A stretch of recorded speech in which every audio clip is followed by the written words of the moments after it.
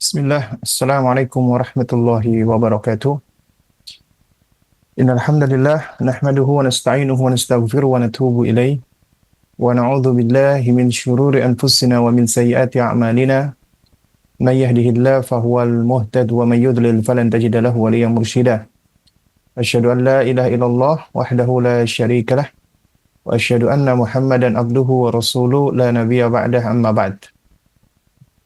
Fa inna asdaqal kalami kalamullah wa ahsanal huda huda Muhammadin sallallahu alaihi wa alihi wasallam wa syarrul umuri muhdatsatuha wa kullu muhdatsatin bid'ah wa kullu bid'atin dhalalah wa kullu dhalalatin finnar amma ba'du. Alhamdulillah kita bersyukur kepada Allah Azza wa Jalla di mana di pagi hari ini ya Allah masih mengizinkan kita untuk dapat bersua kembali melanjutkan kajian kita, yaitu membahas kutayib atau risalah ma la yas'u li atfalul muslimina jahlahu. Perkara-perkara yang tidak sepatutnya anak-anak kaum muslimin tidak mengenalnya atau tidak mengetahuinya atau jahil tentangnya. Dan kita sudah masuk ke bab yang kedua, yaitu seputar mengajarkan anak berkaitan dengan fikih-fikih praktis yang dapat menopang ibadahnya. Dan tentunya ini adalah sesuatu yang sudah mulai kita contohkan, kita teladankan dari semenjak mereka masih dini, dan sudah kita ajarkan secara detail setidaknya di usia 7 tahun. Karena sebagaimana sabda Nabi yang mulia alaihi salatu wassalam, muru auladakum bis-shalah wa hum abna'u sab'in. Perintahkanlah anakmu salat di usia 7 tahun. Dan makna memerintahkan salat maka tentunya mengajarkan anak-anak bukan hanya tentang kaifiat salat yang benar, yang sempurna, tapi juga mengajarkan kepada anak-anak segala hal yang dapat menjadikan salat itu sah. Makanya perlu diajarkan tentang syarat sahnya salat, rukun-rukunnya salat. Di antara syarat sahnya salat adalah harus suci dari hadas besar dan hadas kecil. Artinya harus terbebas dari hadas besar dan hadas kecil. Dan karena itulah di dalam bab-bab pembahasan fikih biasa itu diawali dengan bab ya at-taharah.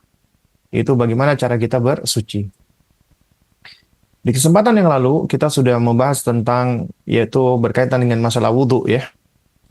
Kita juga sudah membahas tentang apa keutamaan wudu. Kemudian bagaimana caramu berwudu ya, bagaimana cara berwudu ya. Dan ini adalah suatu hal yang perlu kita ajarkan. Bukan cuma kita ajarkan secara lisan, tapi pengajaran yang paling utama adalah dengan memperlihatkan, ya. Karena secara asal di dalam pendidikan itu adalah dengan cara mencontohkan, bukan sekedar memerintahkan atau menasehati. Ya, ini juga diakui oleh orang-orang Barat, yang mana mereka mengatakan, ya, show them, ya, despite tell them. Jadi tunjukkan daripada hanya sekedar tell ya, menyampaikan atau sekedar ngomong saja. Karena sesuatu yang disaksikan itu lebih dominan, ya, lebih memberikan pengaruh ya daripada sekedar yang didengarkan. Nah, di kesempatan yang lalu kita juga telah mengajarkan bagaimana sih cara berwudu ya. Yani kita tahu ya bahwasanya syarat wudu itu sebagaimana yang telah kita bahas ya. Itu disebutkan ada 7 ya, meskipun ini ada khilaf di antara para ulama. Di antaranya yang pertama haruslah seorang muslim. Karena seorang non muslim apabila dia berwudu maka tetap wudunya nggak ada gunanya. Ya, karena kuncinya harus masuk Islam dulu. Karena siapapun, misalnya ada non-muslim, misalnya dia melakukan ibadah, sholat misalnya, atau dia haji atau umrah, atau dia berkurban, maka percuma, sia-sia. tidak akan diterima. Karena syarat pertama, amal diterima itu haruslah seorang muslim. Ya, apabila dikatakan muslim berarti dia adalah seorang yang bertauhid, yaitu menunggalkan Allah Subhanahu wa taala di dalam peribadatan. Dan dia istislamu lillahi bitauhid. Dia menyerahkan ya kepada Allah, memasrahkan kepada Allah dengan cara mentauhidkannya. Wal inqiyadu lahu bitta'ah, dan tunduk kepada Allah dengan menaatinya. Ya. Itulah Islam, muslim. Kemudian yang kedua adalah berakal. Akil. Karena syariat itu diletakkan oleh Allah Subhanahu wa taala ya ke dalam akal. Apabila akal hilang, maka hilang pula beban syariat. Makanya taklif itu diletakkan kepada akal. Untuk itulah anak-anak kecil yang belum sempurna akalnya, maka tidak diberikan taklif, tidak diberikan beban syariat. Demikian pula orang yang gila, yang kehilangan akal, atau orang yang tidur, yang pingsan, yang akalnya tidak hadir saat itu, maka juga tidak dibebani dengan beban syariat. Dan tentunya orang yang tidak berakal, maka dia tidak akan bisa melakukan sesuatu. Ya seperti hewan ya, hewan itu makhluk yang tidak berakal. Makanya mereka diajarkan cara wudhu ya juga nggak bakal bisa gitu loh. Ya, atau manusia yang akalnya tidak sempurna. Makanya harus berakal. Karena ini yang menjadi yang menjadi acuan mendasar. Jadi dia haruslah orang yang berakal. Kemudian yang ketiga, hendaklah dia sudah mumayyiz atau dia sudah tamyiz. Dia sudah bisa memilah-milah mana kanan, mana kiri, mana bermanfaat, mana madarat, mana depan, mana belakang, ya, mana atas, mana bawah. Dia sudah bisa melakukan hal-hal yang bersifat misalnya kayak mandi sendiri, ya, ada kemandirian-kemandirian mendasar. Ya. Karena kemampuan kognisinya sudah lebih baik. Nah, ini biasanya dan idealnya di usia 7 tahun. Anak sudah memasuki fase mumayyiz atau sudah tamyiz. Karena itulah sebagian ulama menjelaskan anak-anak yang belum mumayyiz, maka ibadahnya belum sah. Tapi Allah Maha Baik, meskipun belum sah, ketika dia belajar sholat misalnya, maka sholatnya tetap ya oleh Allah Subhanahu wa taala akan diganjar pahala, dan juga demikian pula orang yang mengajarkannya. Ya, jadi harus mumayyiz ya. Meskipun syaratnya anak beribadah itu sudah mumayyiz, tapi sebelum mumayyiz kita sudah ajarkan. Nah, karenanya ketika mereka sudah 7 tahun, kita sudah menjelaskan secara detail tentang bagaimana cara sholat, termasuk bagaimana cara berwudu. Nah, kemudian yang keempat adalah syarat dari seseorang yang hendak berwudu, maka haruslah diiringi dengan niat. Dan an-niyatu ya mahalluha fil qalbi. Niat itu tempatnya di dalam hati. Asalnya niat di dalam hati, bukan di lisan. Karenanya niat tidak perlu dilafalkan. Kita melafalkan niat hanya dalam kondisi-kondisi yang dicontohkan oleh Rasulullah SAW. Seperti contohnya ketika haji dan umrah. Nabi bertalbiyah. Nabi mengajarkan kita mengucapkan apa? Labbaik Allahumma umratan misalnya. Aku memenuhi panggilanmu ya Allah untuk berumrah. Maka apabila Nabi SAW dan para sahabat mempraktekkan, mereka melafalkan talbiyah, dalam hal ini juga mengandung niat, maka kita ikuti. Tapi apabila Rasulullah SAW, para sahabat, para tabi'in, dan ya ulama-ulama salaf dahulu, mereka tidak melafalkan niat di dalam ibadah-ibadah lain, maka kita tidak perlu melafalkannya.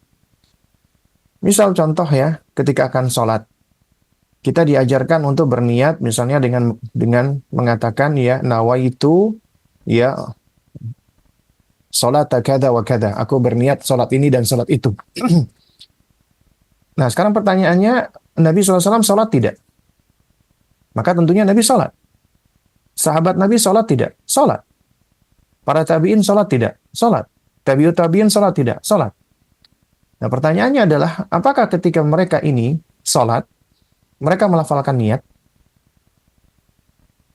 Nah, kalau dikatakan bahwasanya kita melafalkan niat ini baik, maka pertanyaannya adalah, apakah Rasulullah tahu tidak kalau melafalkan niat itu baik atau tidak?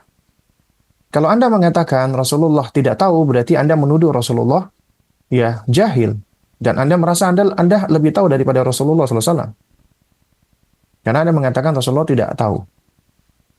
Nah, berarti otomatis seorang muslim dia harus mengatakan, ya Rasulullah tahu kalau itu baik. Nah, kalau Rasulullah tahu bahwasanya melafalkan niat itu baik, pertanyaan kedua adalah Rasulullah mengamalkan tidak? Rasulullah mempraktekkan tidak? Apabila Anda mengatakan Rasulullah tidak mempraktekkan, berarti Anda menuduh Rasulullah tidak mengamalkan ilmunya. Rasulullah tidak mengamalkan kebaikan. Juga demikian misalnya para sahabat ya, Abu Bakar, Umar, Uthman, Ali, dan seterusnya. Apabila kita tanyakan kepada mereka, Abu Bakar, Umar, Uthman, Ali tahu nggak kalau melafalkan niat itu baik? Kalau Anda mengatakan tidak tahu, berarti Anda mengklaim Anda lebih pintar daripada mereka. Nah, berarti jawabannya tinggal, ya mau nggak mau harus dikatakan, iya mereka tahu. Nah, pertanyaannya, ketika mereka tahu, apakah mereka praktekkan atau tidak? Kalau Anda katakan tidak mereka praktekkan, berarti Anda menuduh mereka tidak melaksanakan amal kebaikan. Tidak melaksanakan suatu hal yang baik. Padahal mereka tahu itu tuh baik. Kenapa kok mereka tidak mengamalkan kebaikan? Sementara kalau Anda mengatakan mereka tidak tahu, itu apa? Sementara apabila Anda katakan mereka tidak mengamalkan kebaikan, ya, apa namanya? Berarti Anda menuduh mereka adalah orang yang tidak mengamalkan kebaikan. Tapi kalau Anda mengatakan mereka mengamalkan kebaikan tersebut, maka tinggal masuk ke pertanyaan yang ketiga. Ya, apabila itu baik dan diamalkan oleh mereka, ya, mana buktinya? Karena agama kita sampai kepada kita itu dengan jalur yang jelas, ada keotentikan yang bisa diperiksa. Artinya harus ada riwayatnya, ada hadisnya, ada asarnya, dan itu harus ada sanadnya. Nah, pertanyaannya ada tidak Nabi SAW atau para sahabat melafalkan niat ketika sholat di dalam kitab-kitab hadis, di dalam Sahih Bukhari, Sahih Muslim, ya Sunan Abu Dawud, At-Tirmidzi, Ibnu Majah, dan seterusnya, atau di dalam kitab-kitab yang lainnya, yang sahih, atau mungkin yang dhaif, atau mungkin yang maudhu, ya, yang tentunya yang maudhu yang nggak bisa kita jadikan hujah ya. Itu ternyata kita tidak dapati, yang palsu saja nggak ada gitu loh. Lantas, dari mana Anda bisa mengklaim ini sesuatu yang diketahui oleh Nabi dan dikatakan baik ya, dan Nabi mempraktekkan tapi ternyata tidak ada riwayatnya? Berarti Anda jatuh kepada mengada-ada dan dikhawatirkan jatuh kepada dusta atas nama Nabi. Dusta atas nama Nabi ancamannya adalah neraka. Man kadzaba alayya muta'ammidan falyatabawa maq'adahu minan nar. Siapa yang ya berdusta atas nama Nabi SAW dengan sengaja, maka hendaknya dia mempersiapkan tempat duduknya di atas neraka. Karena itulah kita cukup mengikuti saja. Ittabi'u wa la tabtadi'u faqad kufitum. Ya itibaklah, ikuti saja. Jangan mengada-ada, nggak usah membuat-buat, berkreasi dalam agama. Kalian telah dicukupi. Nah, oleh karenanya ketika dikatakan berniat, maka niat itu letaknya di dalam hati dan tidak perlu kita lafalkan. Ya. Kalau ada yang mengatakan, tapi ini kan ada di dalam kitab-kitab fikih. Ini ada di dalam kitab-kitab ya, pembahasan fikih itu ada lafaz-lafaz niat. Berarti Anda menuduh para ulama tersebut berarti mengada-ada. Ya, berarti otomatis mau nggak mau ya para ulama ketika mengambil pendapat itu ya mereka harus pakai dalil, berarti harus ada dalilnya. Mungkin saja dalilnya kita tidak ketahui. Nah, ini adalah di antara argumentasi yang seringkali dikemukakan ya dengan cara kita berhusnudzon, dan memang kita wajib berhusnudzon dengan para ulama. Cuman yang patut kita pahami bersama adalah ya, kita ini tidak berkewajiban untuk mengikuti seorang pun kecuali hanya Rasulullah Shallallahu Alaihi Wasallam. Tidak ada seorang pun yang wajib untuk kita ikuti kecuali hanya satu orang, Rasulullah Shallallahu Alaihi Wasallam. Dan kita wajib menaati semua apa yang disampaikan Rasulullah. Karenanya Rasulullah ketika memerintahkan kita untuk mengikuti para sahabat, maka kita mengikuti sahabat. Kita mengikuti sahabat karena ini perintah Rasulullah Shallallahu Alaihi Wasallam. Karenanya kita meyakini sahabat itu adalah manusia yang paling baik setelah para nabi dan rasul. Dan mereka adalah orang yang paling dekat tentunya dengan Nabi alaihi wasallam, maka mereka tentunya paling banyak ilmunya, paling hikmah, paling hakim, paling pintar. Dan ilmu mereka adalah yang paling bersih dibandingkan generasi-generasi setelahnya. Ibaratnya mata air, maka mereka itu adalah ya yang dekat dengan mata air tersebut. Dan semakin jauh dari mata air, maka tentunya akan lebih banyak kotoran dan kontaminan. Ya. Nah, oleh karenanya, kita wajib mengikuti para sahabat. Tapi kita nggak diperintahkan untuk mengikuti individu sahabat. Ya. Maksudnya kita hanya mengikuti Sayyidina Abu Bakar saja. Atau Sayyidina Umar saja. Tidak, karena mereka adalah pribadi-pribadi yang tidak maksum. Yang maksum hanya Rasulullah SAW, hanya para nabi dan para rasul. Ya. Karena kita tidak mengikuti mereka sebagai individu, tapi kita mengikuti mereka sebagai ya manusia-manusia terbaik yang Nabi SAW puji mereka dan kita diperintahkan untuk mengikuti mereka. Sebagaimana kata Nabi ketika haji wada, Nabi mengatakan ya, fa'alaikum bisunnati wa sunnati al-khulafa ar-rasyidin al-mahdiyyin. Ya, maka peganglah sunnahku dan sunnahnya para khalifah yang lurus lagi mendapatkan petunjuk. Ya. Jadi kita diperintahkan untuk mengikuti para khalifah yang lurus yang mendapatkan petunjuk. Nah, juga demikian apabila para sahabat saja kita tidak mengikuti mereka karena individu-individunya, apalagi kita yakini maksum, maka tentunya generasi setelahnya yaitu lebih utama lagi untuk tidak wajib diikuti. Karenanya ketika kita mengikuti siapapun, standarnya adalah ya sejauh mana orang tersebut selaras dengan Rasulullah SAW. Ya, artinya yang diperintahkan bagi kita untuk mengikuti adalah bukan mengikuti orang, person, figur, individu, tapi mengikuti dalil, mengikuti hujjah. Dan kita sadar nih bahwasanya semua manusia itu tidak ada yang maksum kecuali Nabi dan Rasul. Berarti siapapun bisa keliru. Hatta sahabat ya, Abu Bakar, Umar, Uthman, Ali, ridwanullah alaihim ajmain, mereka juga bisa keliru sebagai manusia biasa. Tapi kekeliruan mereka jauh lebih sedikit dibandingkan kita. Ya. Dan kebaikan mereka itu menutupi dan mengalahkan kekeliruan mereka. Sebagai manusia mereka keliru. Kita nggak boleh memungkiri ini. Dan adanya kekeliruan sahabat nggak boleh menyebabkan kita menghujat, mencela mereka. Nah, demikian juga dengan para ulama yang mengikuti Rasulullah, mengikuti para sahabat dan mengikuti para salaf. Mereka juga tidak maksum, mereka bisa salah, mereka bisa keliru sebagai manusia biasa. Nah, karenanya ketika manusia itu bisa keliru dan bisa benar, kewajiban kita bukan mengikuti individu tersebut, tapi kita mengikuti dalil. Karena itulah Imam Malik rahimahullah mengatakan kullu qaulin yu'khad wa yutrak. Setiap perkataan, setiap pendapat itu boleh ditolak, boleh diambil. Setiap perkataan itu boleh diambil, boleh ditolak, kecuali perkataan Rasulullah Shallallahu Alaihi Wasallam. Maka wajib diterima apabila itu otentik atau sahih atau valid.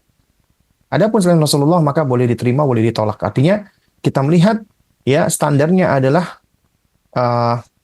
sesuai tidak dengan apa yang dituntunkan oleh Nabi SAW. Apabila kita misalnya dapati ada seorang sahabat yang keliru dalam ijtihadnya, ya. Keliru dalam ijtihadnya, kemudian diingkari oleh sahabat yang lain.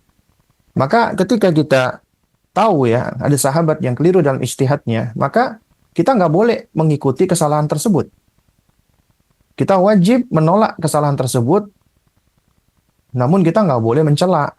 Tapi kita wajib memuliakan sahabat. Kenapa? Karena kesalahan sahabat tersebut itu hanya sedikit dibandingkan kebaikan yang beliau bawa. Ya. Dibandingkan kebaikan-kebaikan yang beliau bawa. Maka demikian pula ulama-ulama setelahnya. Apabila itu ada pendapat-pendapat dari mereka yang keliru, tidak sesuai dengan dalil yang benar, ya, maka tentunya harus ditolak pendapat tersebut, siapapun itu. Ya, siapapun itu.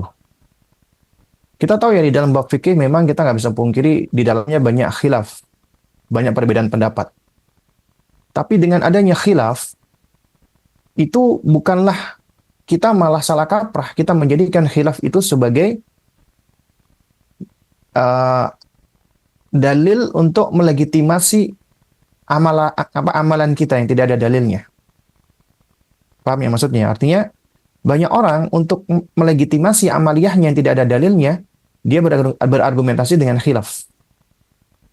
Padahal seharusnya ketika ada khilaf, maka seseorang hendaknya dia keluar dari khilaf ya, meskipun ini memang suatu hal yang secara sunatullah tidak mungkin. Tapi dia tetap berusaha untuk keluar dari khilaf dengan cara apa? Dengan cara mengikuti dalil atau hujjah. Artinya dia mengikuti dalil atau hujah supaya keluar dari khilaf, bukan malah menjadikan khilaf itu sebagai ya sarana atau dalil bagi dia untuk melegitimasi atau membenarkan amaliyah dia. Ya, sekarang ini yang banyak terjadi. Orang melakukan amaliyah-amaliyah, argumentasinya adalah, loh ini kan ada khilaf, ini kan ada pendapat ulama ini dan itu. Padahal yang kita ikuti bukan pendapat ulama ini dan itu, tapi kita ikuti pendapat ulama itu berpendapat demikian, apa dalilnya? Maka itu yang kita ikuti. Karena itulah ya, Fadilatul Syekh Saleh Sindi hafizahullah ya, ketika di dalam daurah beberapa tahun yang lalu, ketika beliau menerangkan tentang perbedaan antara ahlu sunnah dengan ahli bid'ah, ya ahli bid'ah, berargumentasi adalah ahlu sunnah itu istadallu ya wa'taqadu, ya. Ahlu sunnah itu adalah istidlal, ya apa namanya, beristidlal dulu, menelaah dalil dulu, baru kemudian meyakini. Atau dia membangun hukum dari dalil. Atau dia mengamalkan dalil tersebut. Tapi berbeda dengan ahlul bid'ah. Ahlul bid'ah. Ahlul bid'ah itu dia i'taqadu thumma stadallu. Dia meyakini dulu, mengamalkan dulu, kemudian dia cari-cari dalil. Dia cari-cari argumentasi atau dalil yang bisa membenarkan atau melegitimasi amalan mereka. Makanya kita perhatikan, orang-orang yang melakukan bid'ah, biasanya mereka amalkan dulu, baru mereka cari-cari dalil. Dan itu seringkali memaksakan dalil. Ya. Dan alhamdulillah, seorang ahlu sunnah, semoga Allah subhanahu wa ta'ala senantiasa memberikan kepada kita taufik dan hidayah untuk mengikuti sunnah, dan Allah memasukkan kita sebagai kalangan ahlu sunnah. Mereka itu tidak meyakini sesuatu dulu, tidak mengamalkan sesuatu dulu, kecuali apabila itu ada ilmunya. Dan inilah kaidah yang diletakkan oleh para ulama kita, diantaranya oleh ya Al-Imam Muhammad Ismail Al-Bukhari rahimahullahu ta'ala, dalam sahihnya, yang mana beliau membuat bab ya al-ilmu qabla al-qawli wal amali. Ilmu dulu sebelum berkata dan beramal. Nah, oleh karenanya ini sesuatu yang harus kita jadikan sebagai pondasi, terutama di dalam mendidik anak kita. Di dalam mendidik anak kita artinya berarti kita juga harus punya ilmu dong. Kita perlu belajar, termasuk di dalam mengajarkan kebaikan-kebaikan, apalagi ibadah. Berarti harus ittiba, kuncinya adalah mengikuti tuntunan Nabi. Dan kita nggak bisa ittiba kalau kita nggak punya ilmunya. Nah, diantaranya dalam bab wudhu ini tadi. Ya, seperti misalnya bab niat tadi. Niat itu diterangkan oleh para ulama, letaknya di hati. Ya, letaknya di hati. Maka siapa yang dia melakukan sholat, puasa, wudhu, tidak melafalkan niatnya, maka dia sudah benar. Ya, karena ada sebagian orang yang mengatakan sholatnya tidak sah. Karena dia tidak berniat, padahal niat letaknya di dalam hati. Ya. Nah, jadi syarat keempat dari berwudu adalah dia harus berniat. Ya. Nah, lalu kemudian syarat yang kelima adalah dia terbebas atau suci dari hadas besar dan hadas kecil. Ya, dari hadas besar dan hadas kecil. Hadas kecil itu disucikan dengan cara berwudu. Hadas besar, ya, itu disucikan dengan cara mandi janabat. Dan juga dia harus suci dari najis. Kalau tadi dari hadas, hadas itu ibaratnya kotoran yang tidak tampak, maka najis kotoran yang tampak. Makanya dia harus suci dari najis. Ya, baik itu yang berasal dari eksternal, misalnya dia kena kotoran, atau yang berasal dari dirinya, misalnya dia kencing atau buang air besar. Maka dia harus istinja atau istijmar. Istinja, dia bersuci, maksudnya cebok ya dengan air. Istijmar, apabila tidak air, maka dia boleh melakukan cebok dengan batu yang bersih. Ya. Nah, jadi syarat yang kelima adalah dia harus terbebas dari hadas dan najis. Ya. Lalu kemudian yang keenam, ya, di antara syarat ketika berwudu adalah ya al-wudu, yaitu air yang digunakan untuk wudu. Ya, itu haruslah air yang suci. Ya, yang tahur, bukan air yang tidak suci, air yang najis. atau air yang suci tapi tidak mensucikan, seperti air kelapa misalnya atau air teh, ya, maka dia haruslah pakai air yang suci dan mensucikan. Dan air itu adalah air yang halal, artinya air yang halal adalah bukan dari hasil mencuri, bukan hasil dari merampok. Ya, kemudian syarat yang ketujuh adalah hendaknya air itu terkena dengan kulit. Ya, jadi benar-benar kena kulit. Jadi kalau ada sesuatu yang mencegah sampainya air ke kulit, maka bisa menyebabkan wudhunya tidak sah. Misal orang berwudhu, misalnya pakai baju lengan panjang, misalnya pakai base layer itu ya, yang nempel tuh, kemudian yang diusap adalah base layernya. Maka ini tidak boleh. Atau misalnya di tangannya itu ada cat yang harus dia usahakan hilang dulu gitu loh. Ya, semampunya agar bisa sampai ke kulit. Nah, tapi memang ada pengecualian-pengecualian yang dikecualikan oleh Nabi SAW, misalnya ketika lagi safar, ya seseorang dia memakai khuf, pakai sepatu, maka ketika dia berwudu, dia boleh mengusap khufnya, sepatunya. Ya, ini kondisi-kondisi yang memang dikecualikan oleh Nabi SAW. Nah, lalu kemudian juga kita sudah membahas bagaimana cara berwudu, ya.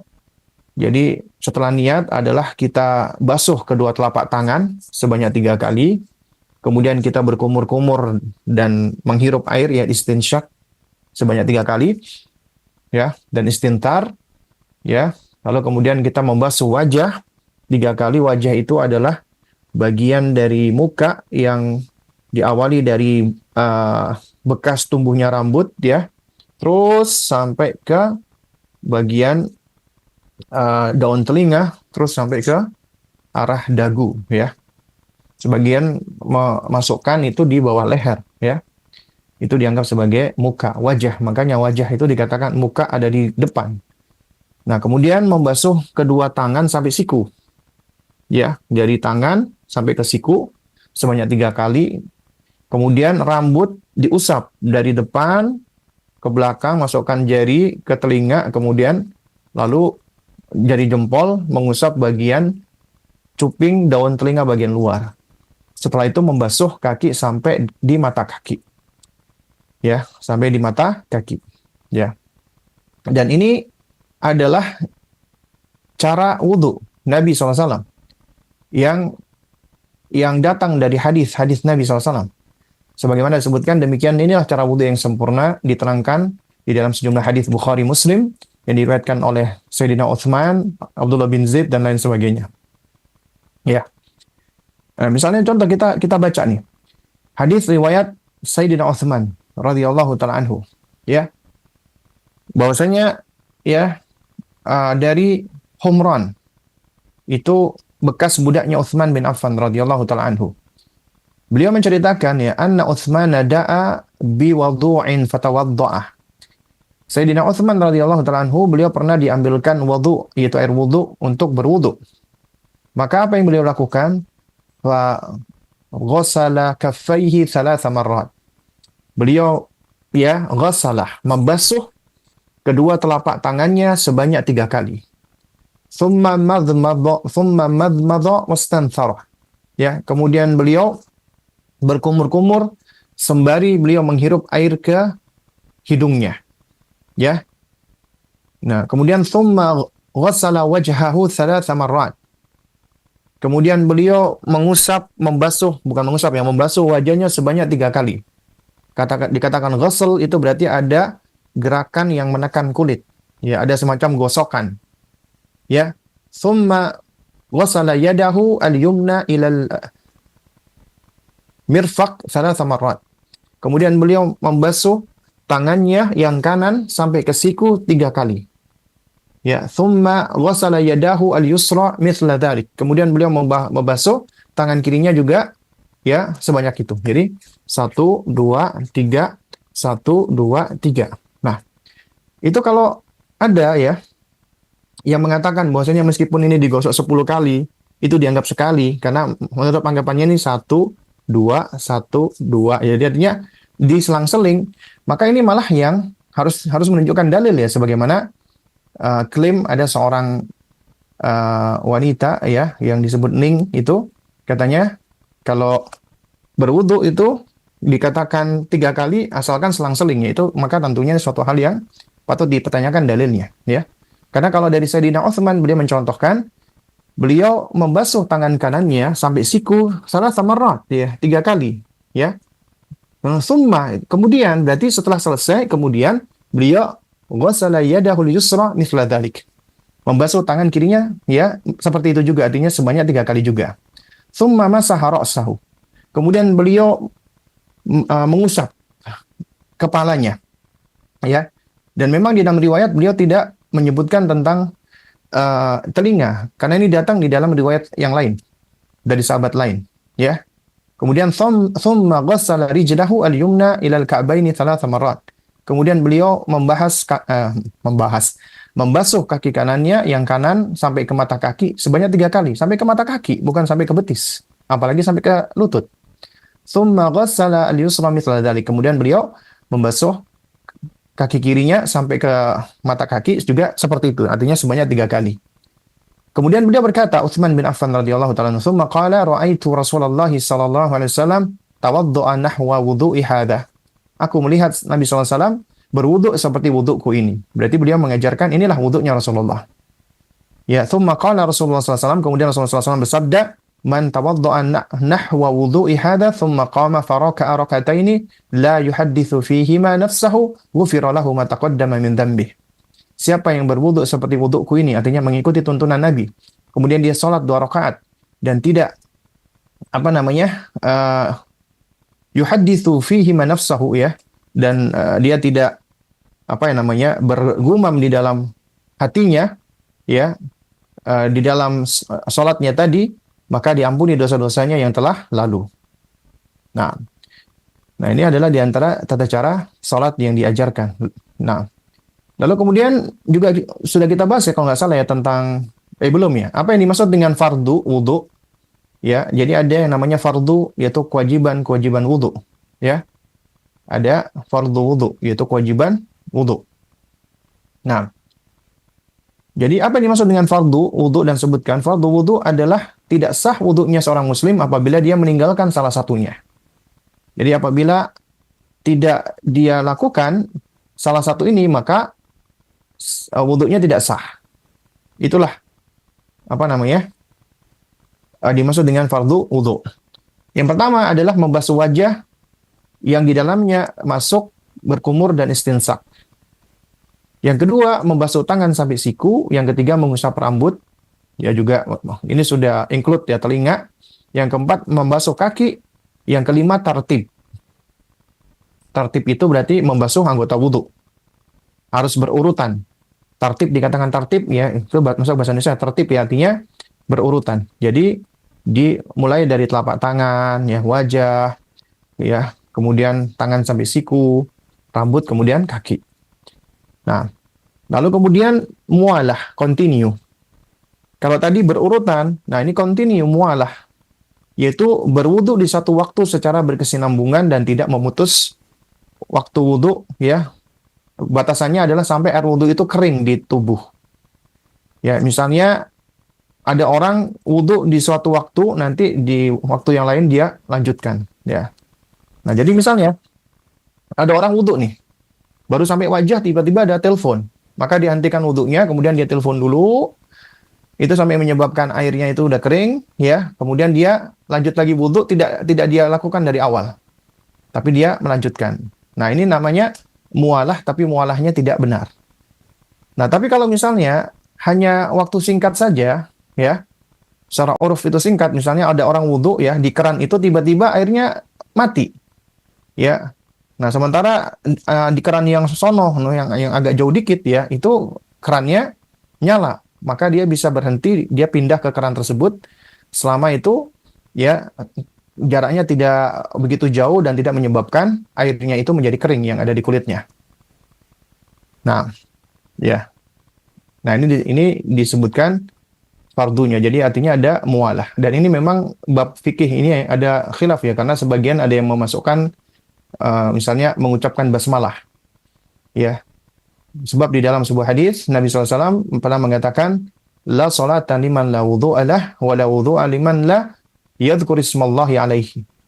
Tidak sah, ya maksudnya nggak ada salat, artinya nggak sah salatnya seseorang yang tidak berwudu dan tidak ada wudu bagi orang yang tidak menyebut nama Allah. Nah, cuman ulama berbeda pendapat tentang ya apa namanya? Yadhkur ismallah, menyebut nama Allah. Apakah menyebut nama Allah ini harus bismillah? Ataukah juga termasuk di dalamnya bukan basmalah, tapi semua lafadz yang mengandung lafzul jalal Allah, misalnya tasbih, takbir, atau yang semisalnya. Ya. Nah, itu adalah fardu wudu. Kemudian kita lanjutkan. Bagaimana dengan sunnah wudu?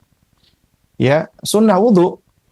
Nah, kata penulis ya, yang perlu kita ajarkan, apa maksud sunnah wudhu dan sebutkan? Sunnah wudhu adalah amalan yang jika dikerjakan akan menambah ganjaran dan pahala, tapi jika ditinggalkan tidak berdosa dan wudhunya tetap sah.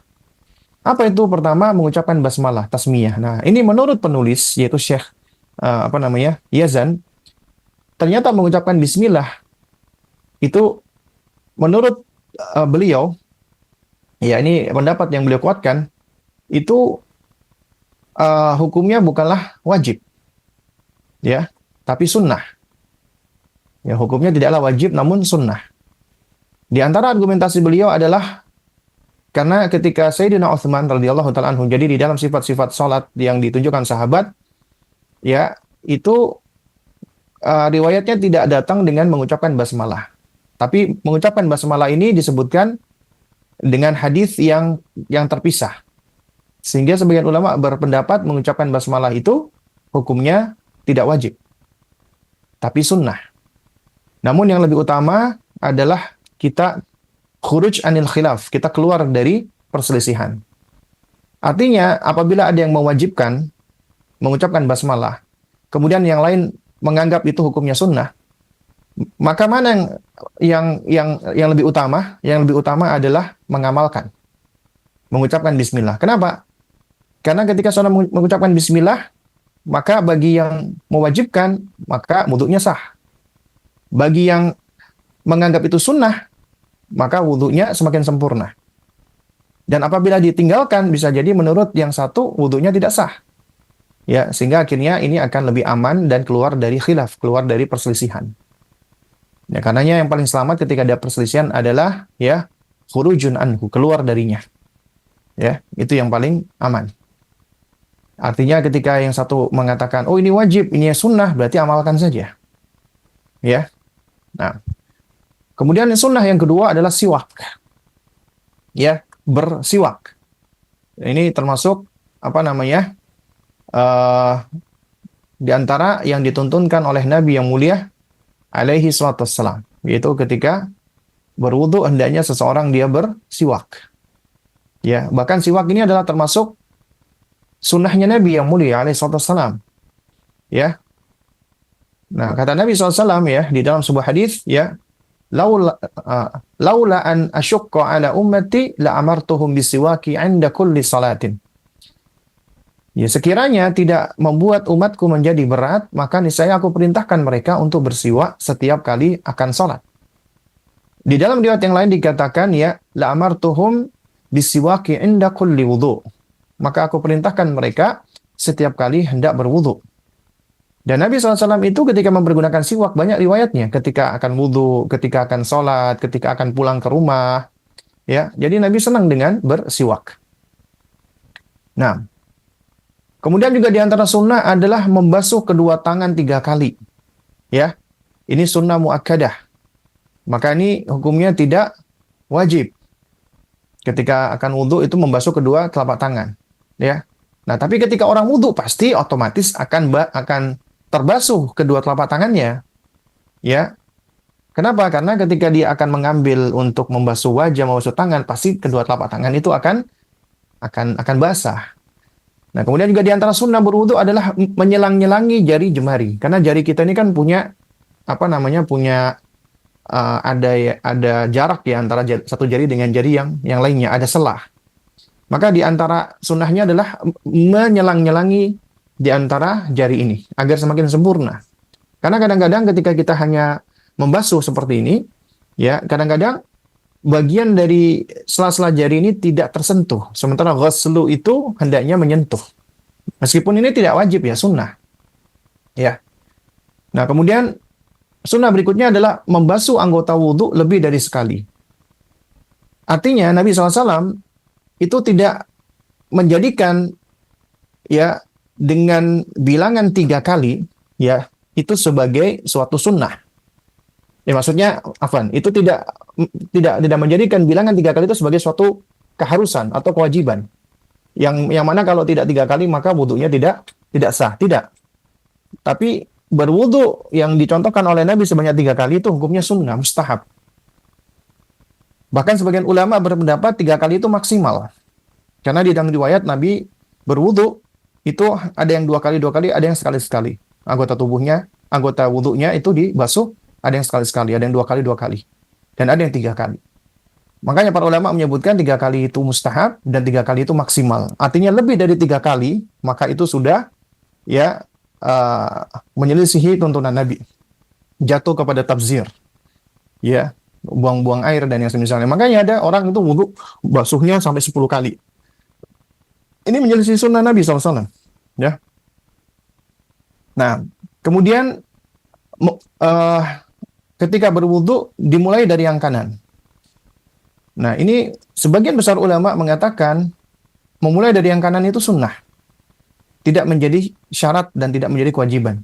Jadi kan misalnya ada orang yang misalnya wudhu dari tangan kiri, ya wudhunya tetap sah ya meskipun dia menyelisih tuntunan Nabi ya, karena yang lebih utama adalah wudhu dari anggota tubuh yang kanan ya. Tapi itu hukumnya tidaklah wajib ya. Ya, namun ya supaya tidak sekali lagi ya supaya tidak menimbulkan pro kontra ya, maka kita ikuti apa yang dituntunkan oleh Nabi SAW dan yang dipraktekkan oleh sahabat. Nabi berwudu dari anggota tubuh kanan, maka kita ikuti gitu loh. Meskipun ada ulama berpendapat ini nggak wajib, mungkin kalau ada yang berwudu tangan kiri dulu sah, ya. Tapi karena ini berpotensi menimbulkan fitnah, menimbulkan hal-hal yang nggak baik, maka hendaknya kita tidak mempraktekkan hal-hal yang seperti ini. Jadi kalaupun ada khilaf, maka kita khuruj anil khilaf. Kita keluar dari perselisihan. Kita praktekkan wudu dengan yang dituntunkan oleh Nabi, yaitu dari anggota tubuh kanan. Ya udah kanan. Kemudian setelah itu adalah berdoa setelah wudu. Jadi membaca doa selepas wudu, itu hukumnya juga tidak wajib, hukumnya sunnah. Misalnya ada orang habis wudu, kemudian dia langsung masuk ke masjid dan dia sholat. Ya, maka ini membaca doa ya asyhadu an la ilaha illallah wahdahu la syarikalah wa asyhadu anna muhammadan abduhu wa rasuluh, itu yang paling minim ya, dia bersyahadat yaitu mengucapkan asyhadu an la ilaha illallah wa asyhadu anna muhammadan abduhu wa rasuluh ya. Nah, karena di dalam hadis Nabi SAW ya, siapa yang mengucapkan ini ya, kata Nabi SAW, ma minkum min ahadin yatawadda ya fayublighu al-wudu thumma yaqulu asyhadu an la ilaha illallah wahdahu la syarikalah wa asyhadu anna muhammadan abduhu wa rasuluh ya illa futihat lahu abwabul jannah ya ats-tsamaniyah yadkhulu min ya ayyiha sya' ya. Siapa di antara kalian berwudu, kemudian dia sempurnakan wudunya, kemudian dia membaca ya asyhadu an la ilaha illallah wahdahu la syarikalah wa asyhadu anna muhammadan abduhu wa rasuluh, maka akan dibukakan baginya pintu-pintu surga yang 8 dan dia bisa masuk dari pintu mana saja yang ia mau. Nah, jadi ya subhanallah ya, jadi kita tahu ya ada privilege yang diberikan kepada wanita yang dia sholat 5 waktu, berpuasa Ramadan, menjaga kesuciannya dan menaati suaminya, maka di hari kiamat akan dikatakan kepadanya ya udkhulil jannah min abwabi masyi'ti. Ya, masuklah ke surga dari pintu mana saja yang engkau inginkan. Dan juga ada riwayat yang lain yang sifatnya lebih umum bagi siapapun yang ternyata ketika dia berwudu kemudian dia mengucapkan asyhadu an la ilaha illallah wahdahu la syarikalah wa asyhadu anna muhammadan abduhu wa rasuluh, maka dikatakan oleh Nabi illa futihat lahu abwabul jannati ats-tsamaniyatu ya yadkhulu min ayyiha sya'ah. Ya, maka dibukakan baginya pintu surga yang 8 dan dia bisa masuk dari mana saja yang ia mau. Ya, kemudian dia mengucapkan ya Allahumma ja'alni minat tawabina wa ja'alni minal mutatahhirin. Itu lafadznya Imam At-Tirmidzi. Ya, ya Allah, jadikanlah aku termasuk orang-orang yang bertaubat dan jadikanlah aku termasuk orang-orang yang mensucikan diri. Ya. Nah, jadi hendaknya dia mengucapkan doa ini. Baik. Lalu kemudian juga ini ada yang kelewat sebenarnya dari yang diterangkan oleh Syekh, yaitu sebenarnya dianjurkan untuk mubalaghah fil istinsyak, yaitu ketika menghirup air dengan hidung. Karena kata Nabi SAW, Nabi mengatakan, balighil istinsyaki illa an takuna sa'iman. Hendaknya kalian bersungguh-sungguh ketika istinsyak, yaitu menghirup air ketika wudhu, kecuali kalian sedang puasa. Karena itu ada manfaatnya, kita menghirup air kemudian kita hembuskan, kita istinthar, ya, itu bisa membersihkan rongga-rongga hidung ya. Namun kita melakukan ini bukan karena sekedar faedah ya, tapi karena ini tuntunan Nabi yang mulia alaihi salatu wassalam. Kemudian yang terakhir dari sunnah-sunnah berwudu adalah salat 2 rakaat selepas wudu. Ya, karenanya ada namanya salat sunnah ya, wudu ya. Mutlaqul wudu ya. Karena kata Nabi SAW, ya, man tawadda'a nahwa wudu'i hadha thumma shalla rak'ataini la yuhaddithu fihi ma nafsahu ghafarallahu ma taqaddama min dhanbih. Siapa yang berwudu sebagaimana wuduku ini, kemudian dia salat 2 rakaat. Ya, lalu kemudian ini ya dikatakan la yuhaddithu fihi ma nafsahu. Ya, jadi dia itu tidak bergumam ya atau tidak ngomong di antara keduanya, maka akan diampuni dosa-dosanya yang telah lalu, ya. Jadi dosa-dosanya yang telah lalu akan Allah Subhanahu wa taala ampuni gitu ya. Jadi maksudnya para ulama menerangkan ya di antara makna hadis Nabi sallallahu alaihi wasallam la yuhadditsu fihi ma nafsahu, yaitu itu adalah dia tidak bergumam atau dia tidak membicarakan hal-hal yang tidak ada kaitannya dengan salat atau hal-hal yang dapat memalingkan dia dari Allah atau hal-hal urusan dunia. Ya, itu maksudnya. Maka akan diampuni dosa-dosanya. Baik. Kemudian kita lanjutkan di bab kita yang terakhir, ya. Sebelum nanti di pertemuan berikutnya kita bahas tentang tayammum, yaitu pembatal-pembatal wudu, ya. Apa yang menjadi pembatal wudu, ya. Ini juga suatu hal yang penting untuk dipelajari dan dipahami bersama. Ya. Jadi apa pembatal-pembatal wudu atau sesuatu yang dapat membatalkan wudu? Yang pertama adalah apabila ada yang keluar dari ya 2 jalan. Kubul dan dubur. Kubul artinya depan, dubur artinya belakang, yaitu dari kemaluan atau dari anus, ya. Seperti contohnya air kencing, mohon maaf ya, tinja atau feses atau kentut, ya. Baik itu yang benda cair, benda padat, atau gas. Maka apabila itu keluar dari 2 jalan, maka itu membatalkan wudu. Ya. Nah, jadi ini sesuatu yang dapat membatalkan wudu. Karena apabila keluar dari 2 jalan ini, contoh misalnya kencing, maka dia harus istinja. Kencing itu najis. Ketika dia kencing, maka dia dalam kondisi berhadas kecil. Setelah dia cebok, maka dia harus berwudu lagi. Juga misalnya, mohon maaf, dia buang air besar. Ya, jadi fesesnya dia itu najis. Makanya dia harus cebok. Dia harus sucikan dirinya dari najis. Kemudian setelah itu dia wudu untuk membersihkan hadas kecilnya. Ya. Nah, lalu kemudian apabila yang keluar itu misalnya cairan seperti sperma, ya, atau air mani. Maka apabila yang keluar adalah air mani, ya, maka wudunya batal dan kemudian juga dia harus mensucikan dirinya dengan mandi janabat karena dia dalam kondisi hadas besar. Kemudian wanita yang keluar darah haid atau nifas, maka setelah darahnya berhenti, maka dia dalam kondisi berhadas besar, dia harus bersihkan kemaluannya dan dia pastikan sudah tidak ada lagi darah yang keluar, maka dia setelah itu mandi janabat. Ya, dia mandi janabat untuk mengangkat hadas besarnya. Dan apabila seseorang berhadas besar, dia niat untuk mandi janabat, maka otomatis ya hadas besarnya hilang, hadas kecilnya juga hilang. Otomatis dia sudah nggak perlu lagi berwudu, ya, udah nggak perlu lagi berwudu. Tapi apabila dia tambahkan dengan wudu, maka ini tentunya ya dia akan menambah uh, keutamaan. Karena di antara tuntunan Nabi ketika mandi janabat adalah setelah membersihkan tangan dan kemaluan, dia berwudu. Dia membasuh anggota wudunya kecuali kaki, baru setelah itu dia mengguyur anggota tubuh kanannya, tangan kirinya, dan kemudian dia membasahi seluruh anggota tubuhnya, kemudian dia tutup dengan membasuh kakinya. Namun apabila seseorang dia mandi janabat di shower, langsung dia mandi, niatnya mandi janabat, atau misalnya dia nyemplung di kolam, di bathtub atau kolam renang, ya dia niat mandi janabat, lalu kemudian dia setelah itu uh, keluar dari kamar mandi, dia berpakaian dan dia sholat, maka sholatnya sah. Kenapa? Karena mandi janabatnya otomatis juga menghilangkan hadas kecil.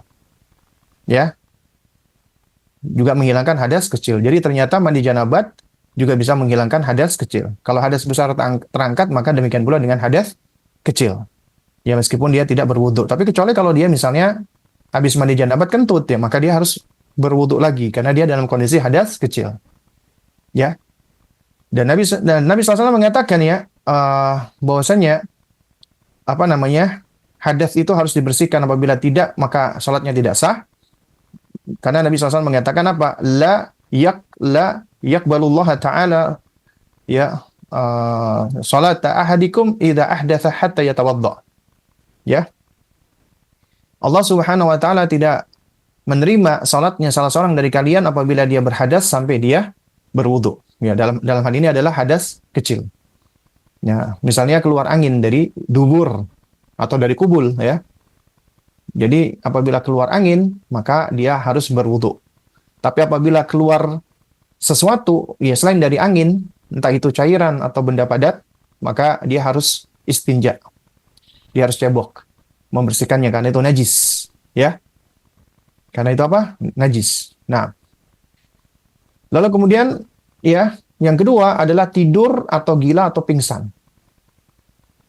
Berarti ini kehilangan akal nih. Karena ketika orang tidur, akalnya sedang tidak hadir. Demikian pula gila atau pingsan. Sampai dia kembali. Dan dia harus mengulangi wudunya. Nah, tapi para ulama berbeda pendapat. Tidur yang seperti apa yang dimaksud? Karena yang dimaksud di sini, kata Syekh Abdul Azim Badawi, adalah tidur nyenyak. Tidur yang menghilangkan kesadaran penuh. Baik dalam keadaan berbaring atau duduk, baik duduk di atas kursi atau di atas lantai. Ya. Nah, jadi di sini saya memberikan keterangan ya di dalam footnote dari e-book yang kami terjemahkan ini, yaitu ada perbedaan pendapat tentang apakah tidur membatalkan wudhu dari para ulama. Ya, sebagian ulama berpendapat, pendapat pertama, semua tidur dapat membatalkan wudhu kecuali tidur sesaat. Ini pendapatnya Hambali.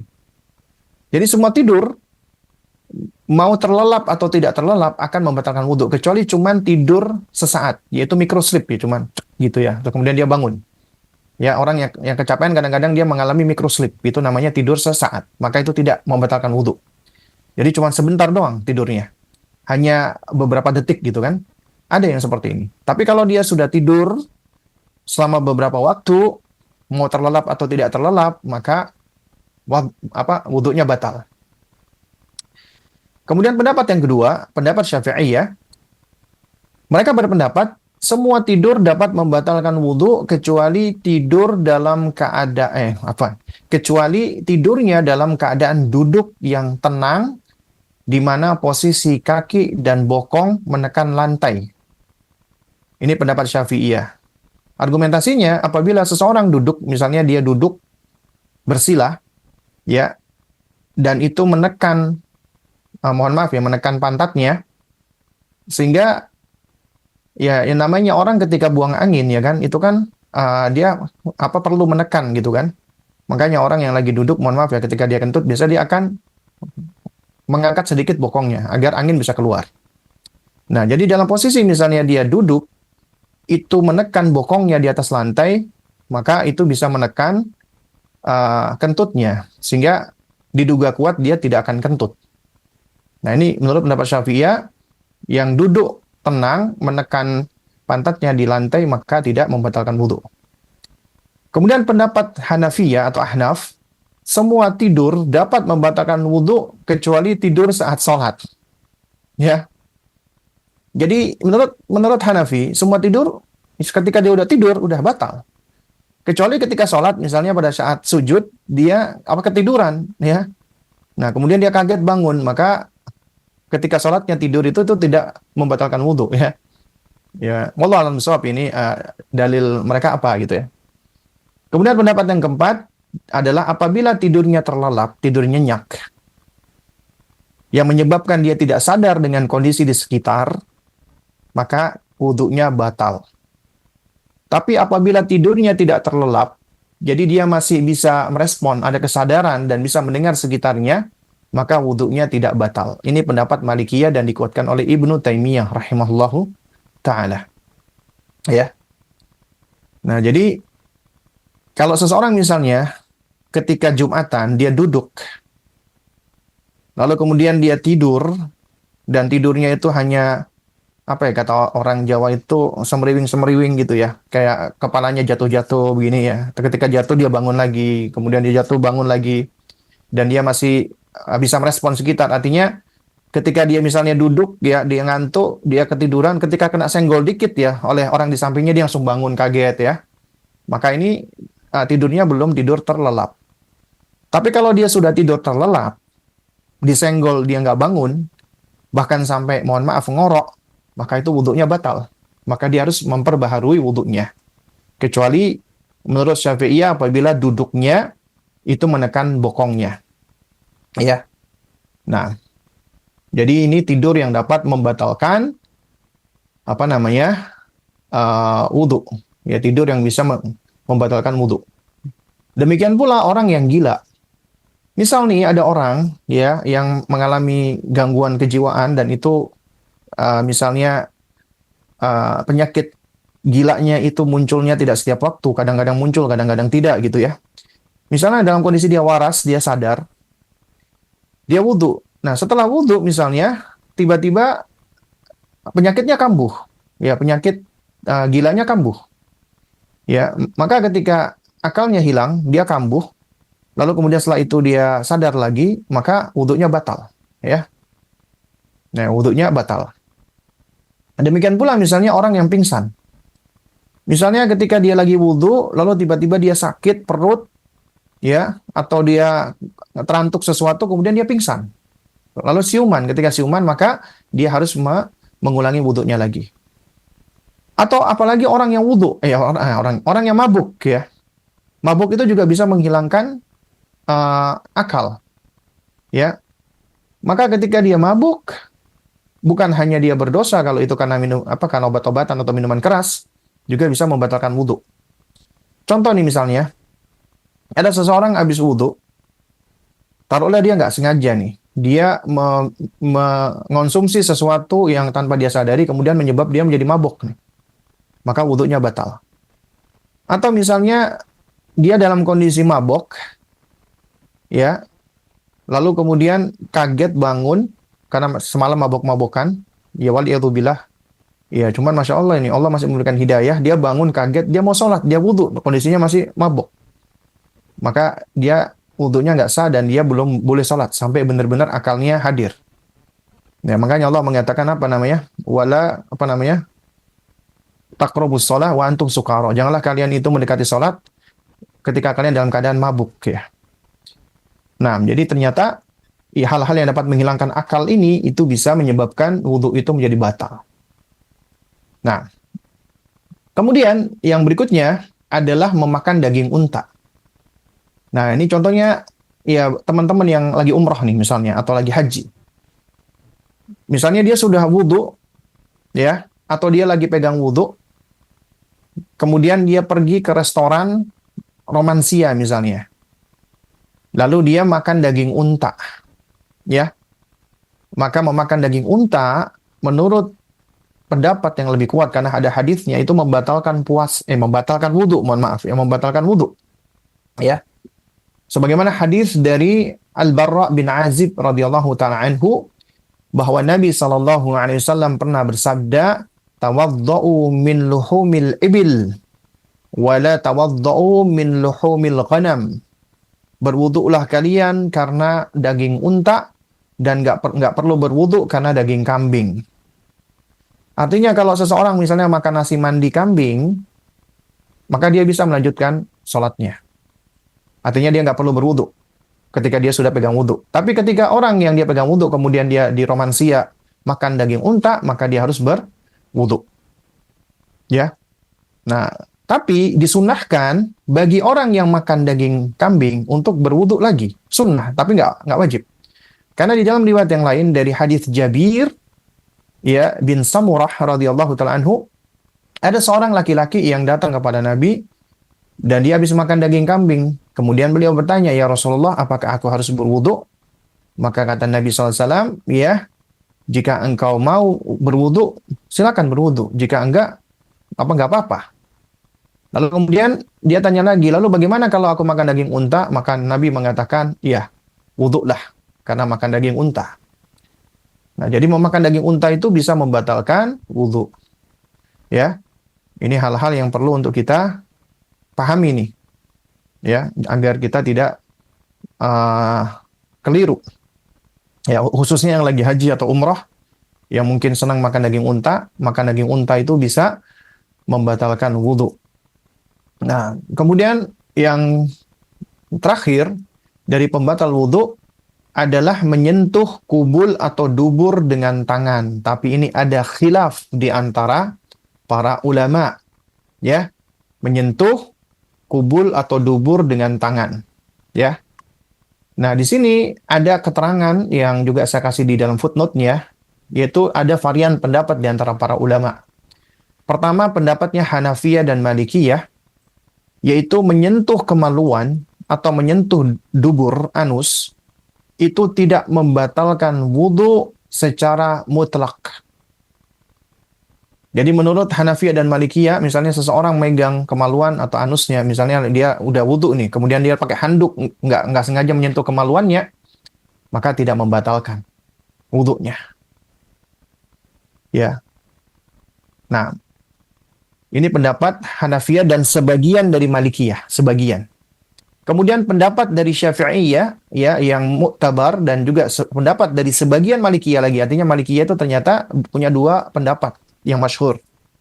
Yaitu menyentuh kemaluan itu membatalkan wudhu secara mutlak, sengaja atau nggak sengaja.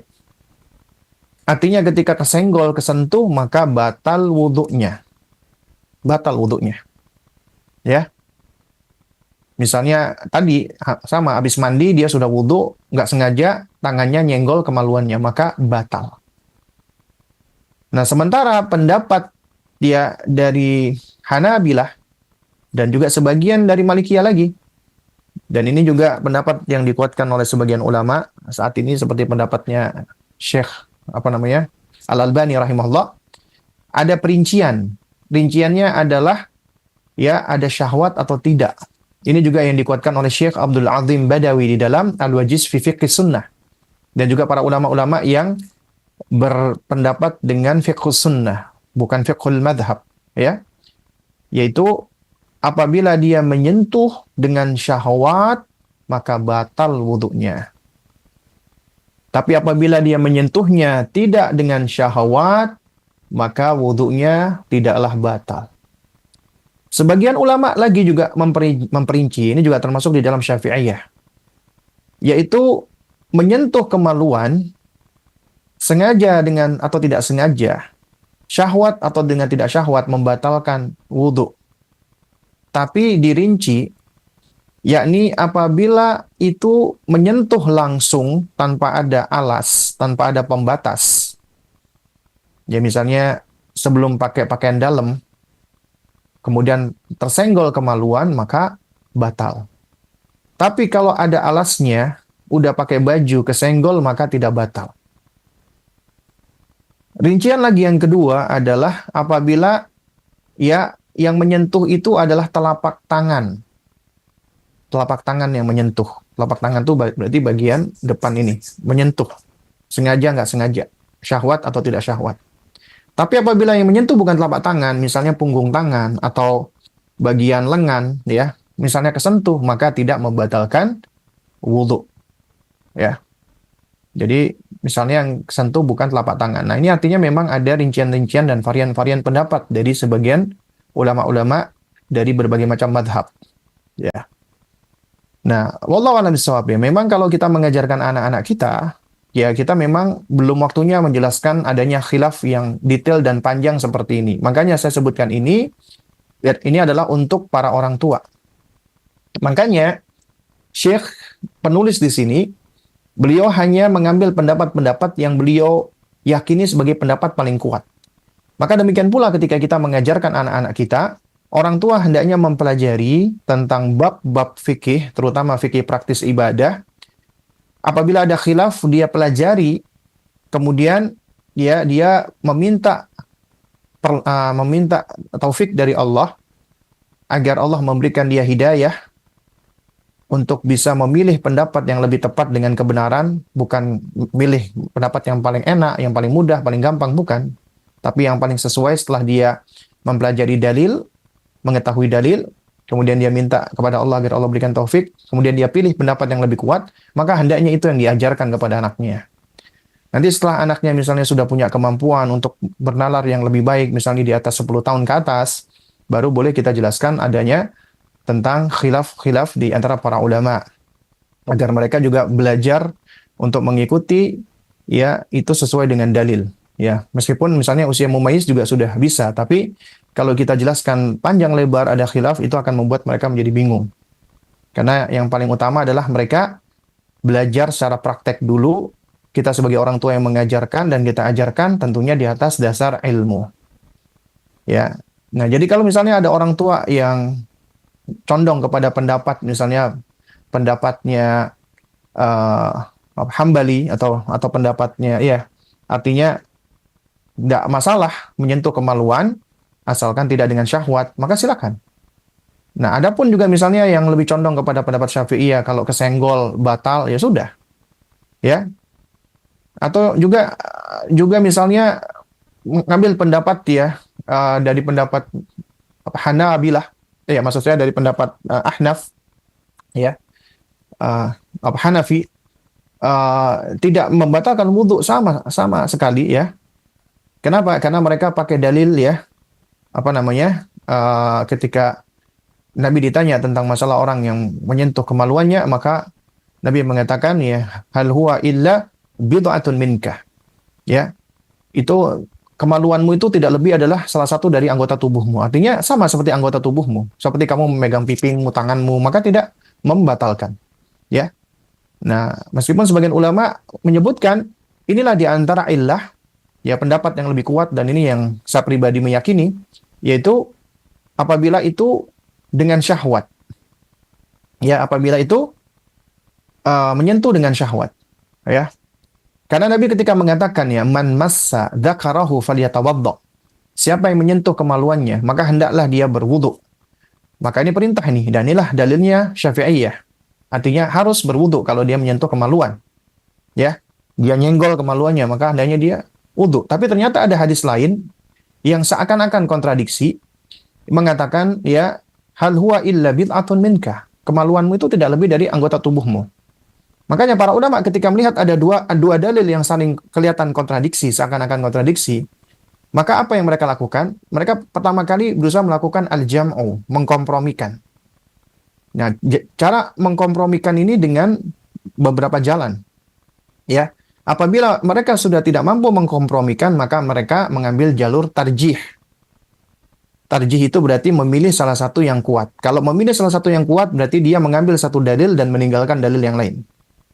Nah, misalnya seperti hadis ini ketika ada kontradiksi, yang mentarjih bahwasannya misalnya menyentuh kemaluan itu membatalkan wudu, ya, dengan dalil man massa dzakarahu falyatawadda, maka dia otomatis akan meninggalkan hadis, ya, hal huwa illa bid'atun minkah. Ya. Nah, mungkin dengan anggapan hadis ini mansukh, atau hadis ini datangnya duluan, dan ini hadis man massa dzakarahu itu adalah belakangan, ya, maka ini nasikh, mengganti hukum yang sebelumnya, ya. Atau sebaliknya, ya mungkin yang berpendapat oh tidak batal gitu kan. Ya, itu dengan dalil tarjih, dengan cara tarjih. Nah, sementara ya yang mengatakan dengan syahwat ini adalah dengan cara jam'ah, ya. Dengan melakukan mengkompromikan dalil. Kalau mengkompromikan dalil maka tidak meninggalkan salah satu dari dua dalil ini, ya. Jadi dalil yang pertama diterima, siapa yang menyentuh kemaluannya maka hendaklah dia berwudu. Dalil yang kedua dia juga terima, ya, ya bal huwa illa bid'atun minka. Kemaluanmu itu tidak lebih adalah sama dengan anggota tubuhmu. Berarti yang satu seakan-akan kok mengatakan wudhunya batal, yang satu kok mengatakan ya bahwasanya satu itu nggak batal gitu loh. Nah, berarti di sini ada illah, ya. Apa itu illahnya? Yakni ketika seseorang memegang anggota tubuh yang lainnya, kata Nabi ya, bal huwa illa bid'atun minka, dia itu sama seperti anggota tubuh lainnya. Orang megang pipinya, hidungnya, tangannya, maka dia hanya megang biasa nih. Ya, ini cuman megang biasa. Tapi ketika orang, mohon maaf, memegang kemaluan, maka ada dua kemungkinan, dia memegang biasa tanpa syahwat atau dia memegangnya dengan syahwat. Nah, oleh karenanya, oh iya berarti yang membatalkan apabila seseorang menyentuh kemaluannya dengan syahwat. Ya. Berarti dia menyentuh dengan syahwat. Itulah yang membatalkan. Kalau tidak dengan syahwat, maka bal huwa illa bid'atun minka. Ya. Nah, makanya orang yang menyentuh kemaluannya dengan tidak sengaja, maka itu biasanya dia melakukannya dengan tidak dengan syahwat. Ya, karena cuma kesenggol saja. Ya. Namun kalau dia sengaja memegang-megangnya dan itu juga berpotensi memunculkan syahwat, maka itu dapat menyebabkan wudhunya batal. Ya, karena itu sarana menuju kepada apa? Kepada keluarnya cairan dari kemaluannya. Ya, sehingga itu dapat membatalkan wudhu. Nah, ini pendapat yang dikuatkan diantaranya oleh ya Syekh Abdul Azim Badawi dan sebagian ulama ahli hadis, ya, kayak Syekh Muhammad Nasruddin Al-Albani rahimahullahu taala. Nah, jadi ini diantara bab tentang wudhu. Insya Allah nanti di pertemuan berikutnya kita membahas tentang tayamum, ya, insya Allah. Dan ini tayamum itu insya Allah mudah, ya, tidak sulit, ya. Nah, baik, ya, alhamdulillah ini sudah pukul hampir setengah 11. Jadi kita cukupkan dulu sampai di sini. Apabila ada pertanyaan, ya silakan. Baik yang ada di studio yang mengikuti Rasyad TV ataupun yang ada di Zoom. Nah, ini sudah ada pertanyaan. Ya. Dan ini sepertinya keluar dari bahasan kita ya. Ana duda. Qadarullah anak-anak perempuan 9 tahun dan ikut dengan ibunya. Dengan kondisi ibunya sudah menikah lagi. Terkait kondisi ini, bagaimana peran anak terkait parenting terhadap anak-anak, baik masalah ilmu agama, pendidikan, dan lain-lain? Mengingat untuk bertemu saja terbatas dan agak sulit. Dan terkait nafkah untuk anak, insya Allah anak penuhi setiap bulannya. Baik. Jadi apabila anak antum ikut dengan istri, maka kewajiban antum tetap memberikan nafkah kepada anak tersebut. Ya. Dan juga antum juga harus berusaha untuk mengambil waktu atau meluangkan waktu untuk bisa membersamai anak tersebut. Karena anak itu juga butuh ayah kandungnya. Ya. Karena yang berkewajiban untuk menafkahi anak itu bukan ayah sambungnya, ayah tirinya, bukan, tapi ayah kandungnya. Dan asalnya anak ini mengikuti ayahnya.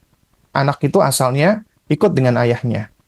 Ya, namun apabila ada kondisi-kondisi di mana anak ini memang ikut dengan ibunya, baik itu kondisi hukum, legal, dan lain sebagainya, maka tetap ya, kaidahnya adalah sesuatu yang tidak bisa kita raih seluruhnya, maka jangan ditinggalkan sebagiannya. Artinya, kita tetap berusaha untuk bersama-sama ini. Mungkin mantan istri ada, tapi mantan anak tidak ada, maka kita tetap harus bisa meluangkan waktu membersamai anak.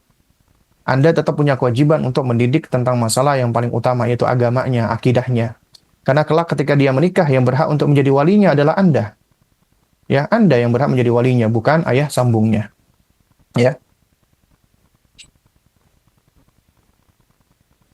Dan kondisi yang sulit itu ya sebenarnya bukanlah menjadi alasan untuk kita meninggalkan kewajiban. Karena yang namanya kewajiban ya tetap akan diiringi dengan kesulitan-kesulitan. Yang penting kita sudah berusaha, ya. Kita udah berusaha semaksimal mungkin. Jika di kantor ada musola dan tempat wudhu, tapi tidak terpisah ikhwan dan akhwat, apakah boleh kita wudhu di kamar mandi saja terkait dengan niat dan pembacaan doa setelah wudhu? Apakah boleh di kamar mandi saja? Baik. Yang harus kita pahami bersama adalah berwudhu di kamar mandi itu tidak haram, ya. Boleh kita berwudhu di kamar mandi selama itu tidak ada najis yang nyata yang dapat menempel di tubuh kita misalnya. Ya, jadi kita boleh berwudhu di kamar mandi. Itu sah. Tapi memang kita dianjurkan untuk tidak membaca lafzul jalalah ketika di kamar mandi. Ya, itu yang pertama. Sementara berwudhu di tempat wudhu yang terbuka yang bisa menyebabkan aurat kita tersingkap, maka itu hukumnya haram.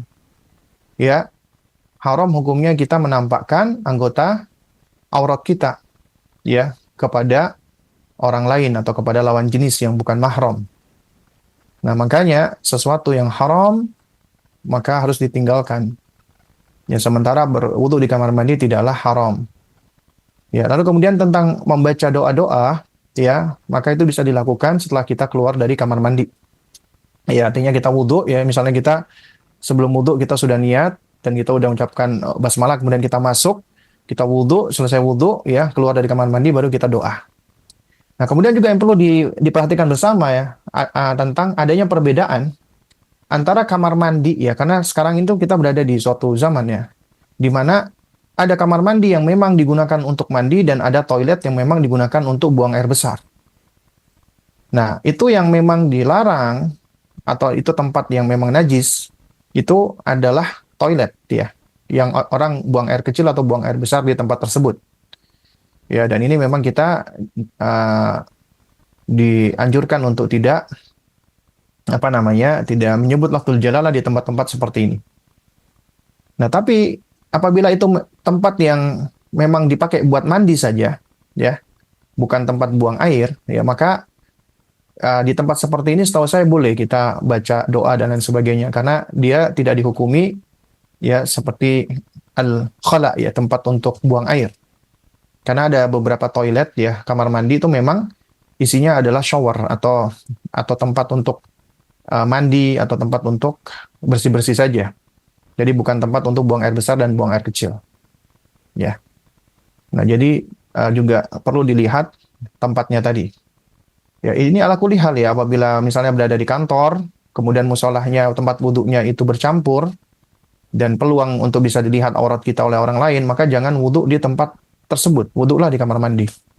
Ya. Nah, baik. Ya, sepertinya sudah tidak ada pertanyaan lagi, ya. Nah, kalau tidak ada pertanyaan lagi, ya, kita cukupkan dulu sampai di sini. Dan ini sudah pukul 10:30. Barakallahu fikum jami'an. Ya, mudah-mudahan yang sedikit ini dapat memberikan manfaat untuk kita semua. Tentunya yang benar datangnya dari Allah Azza wa Jalla, yang batil dari saya pribadi. Kita tutup dengan kafaratul majlis. Subhanakallahumma wa bihamdik, asyhadu an la ilaha illa anta, astaghfiruka wa atubu ilaik. Wassalamualaikum warahmatullahi wabarakatuh.